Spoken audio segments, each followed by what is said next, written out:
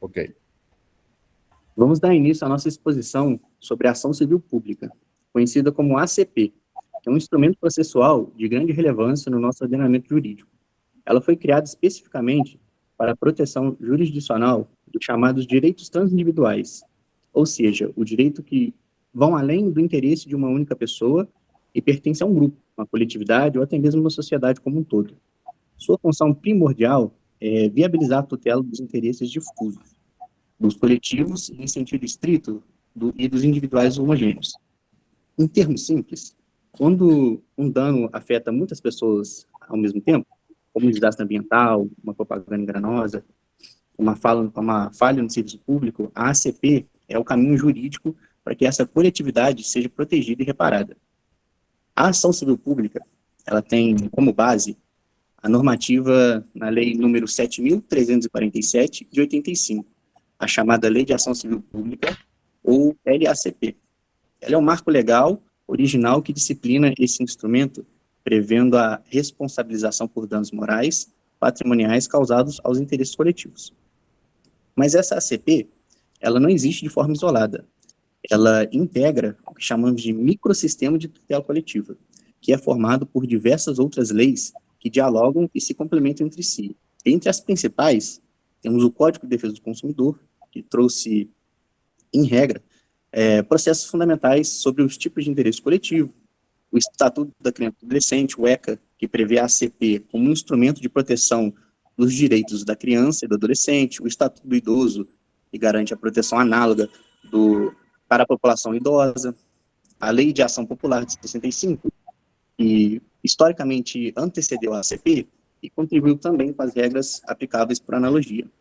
Essa integração entre as leis é fundamental porque garante a completude normativa do sistema.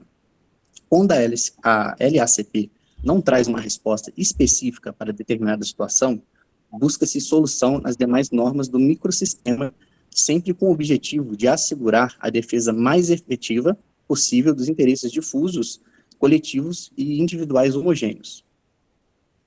Agora que estabelecemos essa base normativa e o funcionamento do microsistema, eu vou passar a palavra para o Luiz Eduardo, que dará continuidade explicando o objetivo prático dessa ação e como as condenações são aplicadas na realidade. Boa noite, Fábio. A ação civil pública tem como ideia central reparar ou evitar danos à coletividade. Isso pode acontecer de três formas. A condenação em dinheiro, que é quando o causador do dano é obrigado a pagar uma indenização, é usado quando o dano já ocorreu e precisa ser compensado. Existe também a obrigação de fazer, que é quando o juiz obriga o réu a tomar uma atitude para corrigir o problema. É usada quando ainda é possível reparar o dano na prática, como, por exemplo, recuperar uma área degradada, obrigando o responsável a resolver o problema e não só pagar por ele. E também tem a obrigação de não fazer, que é quando o juiz manda o réu parar uma conduta prejudicial, para evitar ou interromper um dano. O grande foco nesse caso é impedir que um certo dano continue acontecendo, como, por exemplo, parar uma poluição ou suspender uma propaganda enganosa. E o interessante é que pode ser pedido tudo isso junto na mesma ação, ou seja, parar o dano, corrigir e ainda pagar a indenização. Passa o slide, por favor. Acho que é a Estela que está... a destinação da indenização.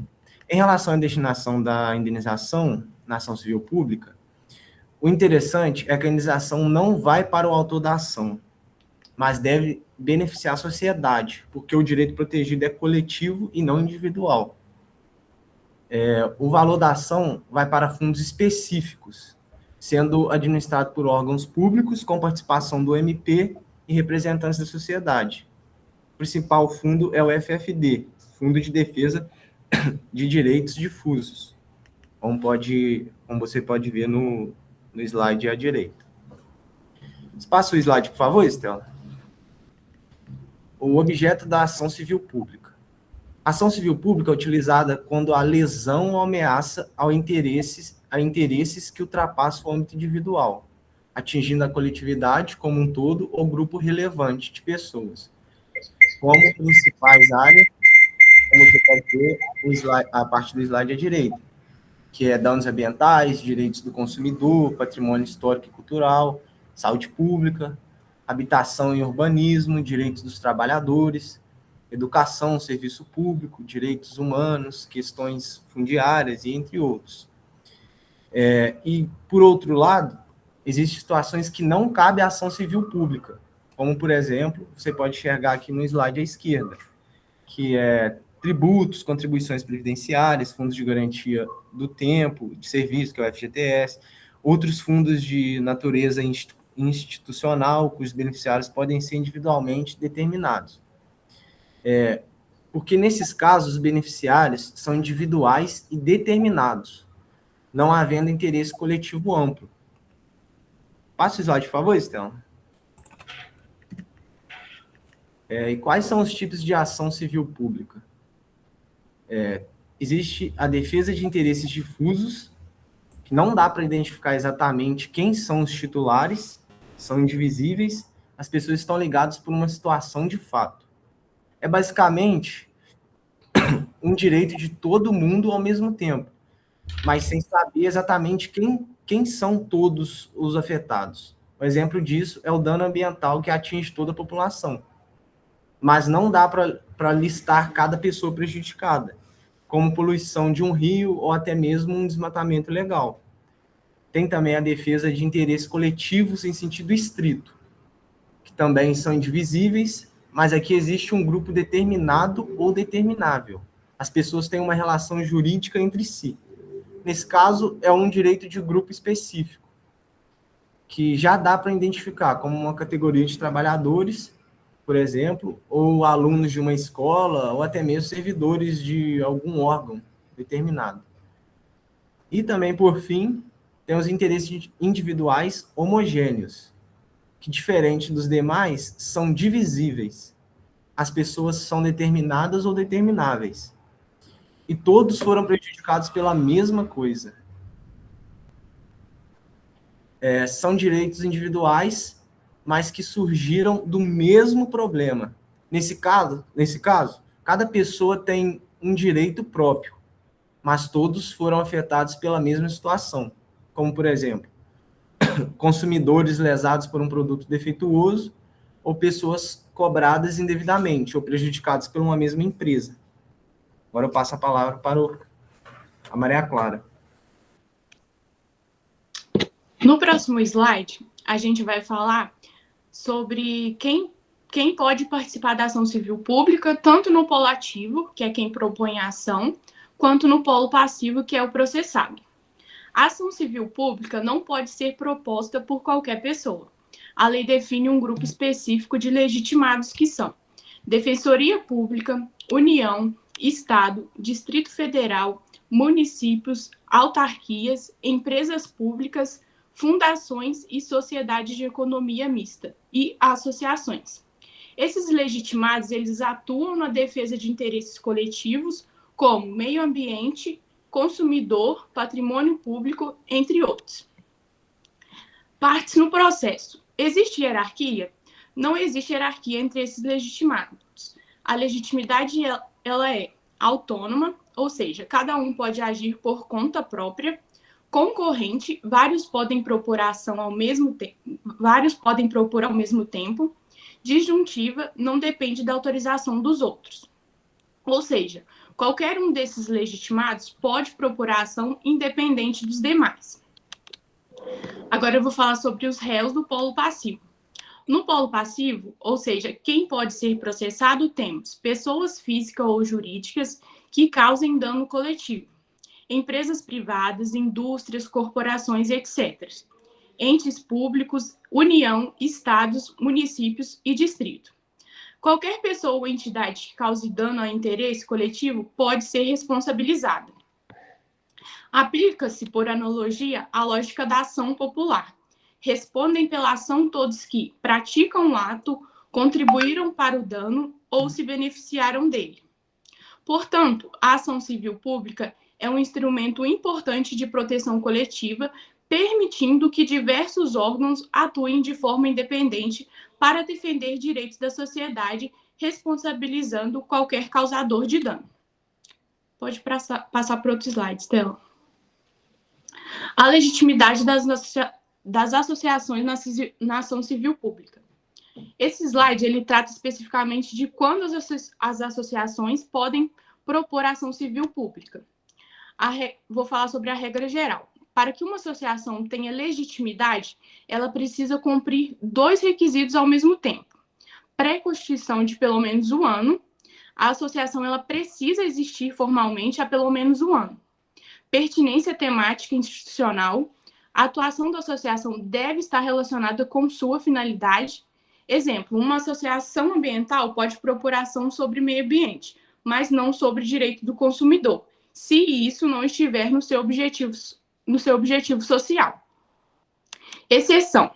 Artigo 5º, parágrafo 4º da Lei de Ação Civil Pública. O juiz pode dispensar o requisito do tempo mínimo de 1 ano quando houver manifesto interesse social como grande dano coletivo, relevância do bem jurídico protegido. Ou seja, em situações urgentes ou muito importantes, a associação pode agir mesmo sem ter 1 ano de existência. Entendimento dos tribunais. O STF tema 82. O entendimento da jurisprudência é que uma previsão genérica no Estatuto da Associação não é suficiente para defender direitos individuais dos associados. Nesses casos, é necessária autorização expressa dos filiados. Exemplo, a associação não pode entrar com ação individual em nome de alguém sem autorização clara. Distinção do STJ. Essa autorização não é exigida quando a associação atua na defesa de interesses difusos e interesses coletivos. Nesses casos, a associação ela atua como substituta processual. Portanto, as associações elas podem propor ação civil pública desde que cumpra os requisitos legais.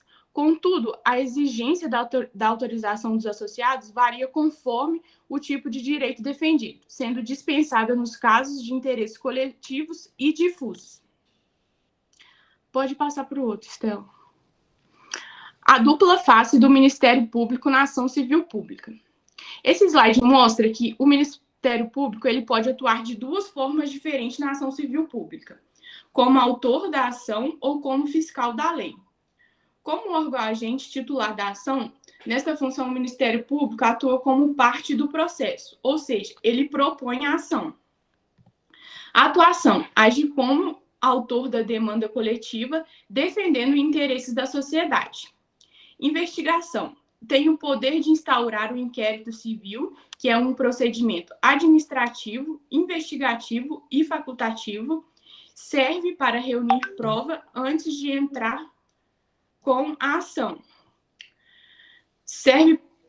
Resolução. Pode firmar o termo de ajustamento de conduta. O termo de ajustamento de conduta é um acordo para resolver o problema sem precisar de processo judicial e tem força de título executivo extrajudicial. Como órgão interveniente, aqui o Ministério Público não é autor, mas participa do processo como fiscal da lei. Atuação obrigatória. Ele deve atuar para garantir que a lei seja cumprida corretamente, mesmo quando não propôs a ação.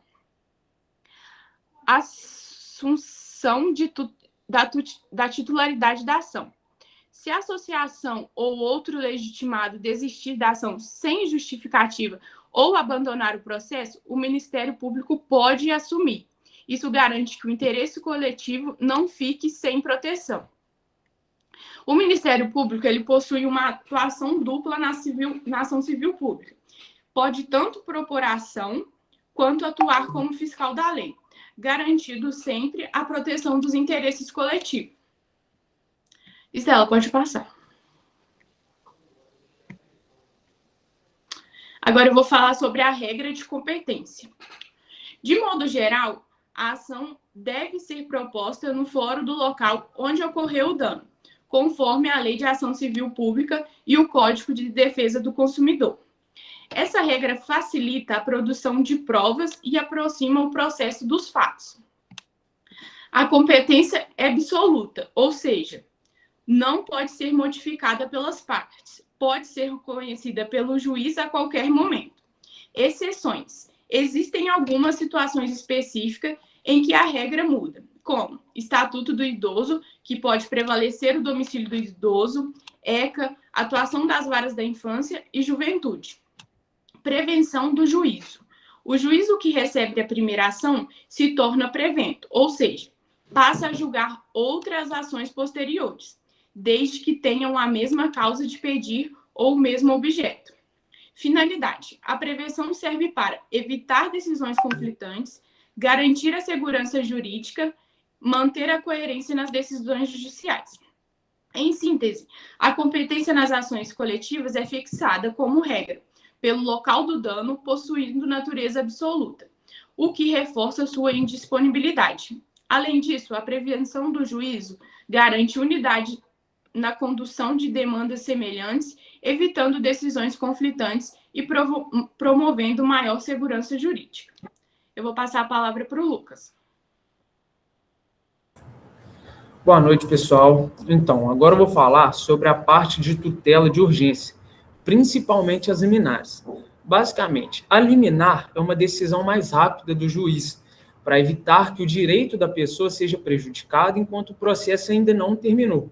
Então, assim, se esperar até o final, pode ser que dê problema, tipo causar um prejuízo depois que não dê para consertar e o juiz poder agir antes. Um detalhe importante, ele pode dar essa decisão sem nem ouvir a outra parte antes, dependendo da situação. Agora, se o juiz concede ou nega essa liminar, a parte que não concordar pode recorrer. E o recurso usado aqui é o agravo de instrumento, tá? Traduzindo, você não espera o processo acabar, você já sobe essa discussão direto para o tribunal. Então, em relação ao prazo disso, conforme a lei específica não fala, a gente usa o padrão do processo civil de 15 dias. Também tem uma situação diferente, que é um meio excepcional. Imagina que essa liminar pode causar um problema grande para o interesse público, tipo afetar a saúde, a segurança, a economia, mas nesses casos dá para sim suspender a liminar, tá? Mas não é qualquer um que impede isso, não. Quem impede é uma pessoa jurídica de direito público, tipo o próprio Estado, né? E quem decide isso é o presidente do tribunal. O agravo de instrumento vale tanto quando a liminar é concedida, quanto quando é negada, tá? E ele já vai direto para o tribunal, sem ficar voltando para o juiz. Agora tem um detalhe importante. Quando a gente fala da suspensão da liminar, o prazo é menor. Ele fica, nesse caso, no prazo de 5 dias somente, tá? Agora, já fechando dessa parte, a gente vai para o prazo fundamental, que na fase inicial, quando a pessoa pede informações para os órgãos públicos, o prazo é de 15 dias para poder responder. Tá? Aí depois já vem o inquérito civil, que é feito pelo Ministério Público. Aqui o Ministério Público pode pedir documentos, perícias, essas coisas desse gênero. E o prazo desses documentos, tudo mais que eles pedem, é no prazo de 10 dias úteis. Tá?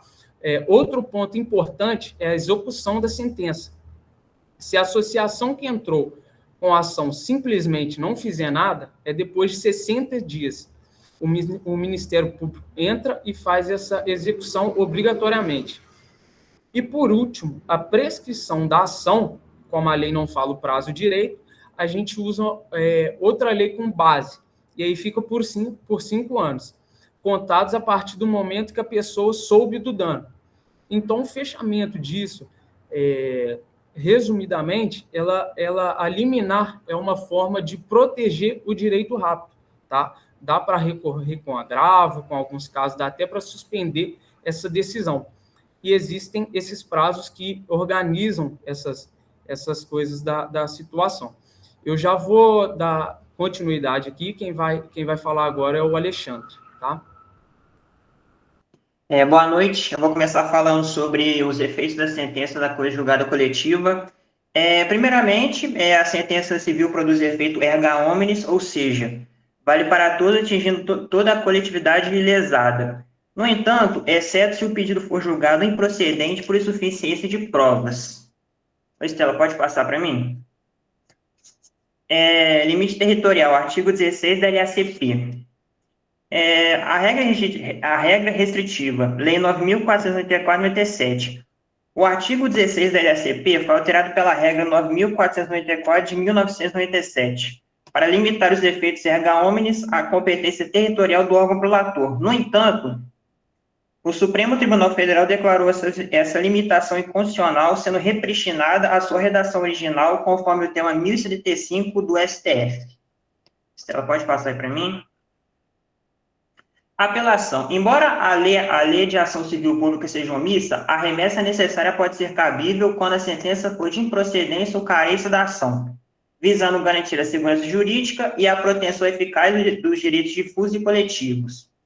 Característica. A apelação contra a sentença. Artigo 19 da LACP com o Código de Processo Civil. Seu cabimento.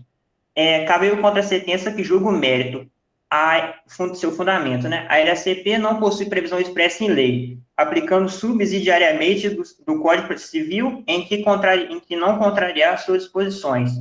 Não há previsão legal quanto a seu prazo na LACP, aplica-se a regra geral do Código de Processo Civil, que são 15 dias. Efeito suspensivo a critério do juiz, artigo 14 da LACP. A regra geral é que os recursos na ação civil pública não possuem efeito suspensivo automático. A exceção é que o juiz poderá conferir efeitos suspensivos aos recursos interpostos a seu critério mediante decisão fundamentada. E o requisito é que seja para evitar dano irreparável à sua parte. Com isso, eu fecho a minha parte e dou a palavra à minha colega Estela.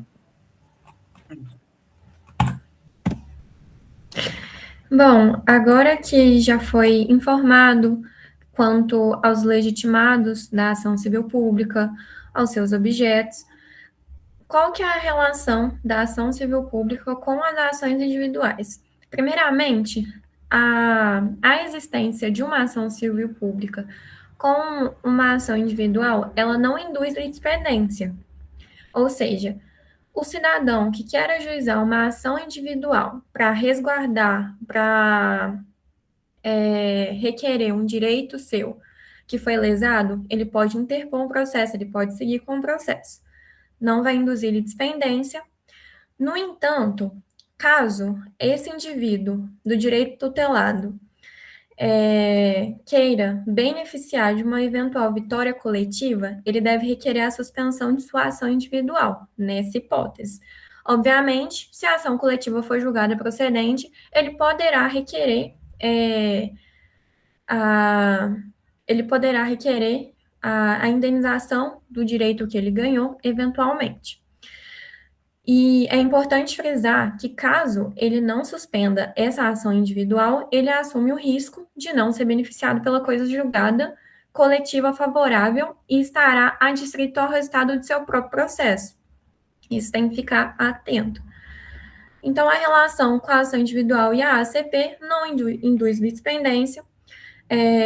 O indivíduo ele pode requerer a suspensão da sua ação individual e aguardar o julgamento da ação coletiva. Chegando ao final, é cabível trazer os exemplos que foram mais memoráveis da ação civil pública e como ela atua na sociedade, né? Visto que é um mecanismo processual por excelência para a proteção dos direitos e de interesses transindividuais, tais como foram citados, direitos difusos, coletivos e individuais homogêneos também. O desastre ambiental de Mariana, que aconteceu com o rompimento da barragem em 2015, figura como um dos exemplos mais emblemáticos, se não o mais emblemático, desse instrumento, né, da ação civil pública para buscar a reparação de danos em larga escala. Naquela ocasião, o Ministério Público ele ajuizou a ação fundamentando na responsabilidade objetiva das mineradoras, a Samarco, a Vale e a BHP Billiton. E os requerimentos incluíram desde o suporte imediato às vítimas, como auxílio financeiro mensal, fornecimento de alimentação, de moradia, até medidas de reestruturação econômica e o resgate do patrimônio imaterial e da fauna local. É importante destacar que, como já havia citado, que a ação civil pública, ela não visa indenizar o autor da ação, né, o ente autor da ação, mas sim restaurar o equilíbrio do bem jurídico lesado.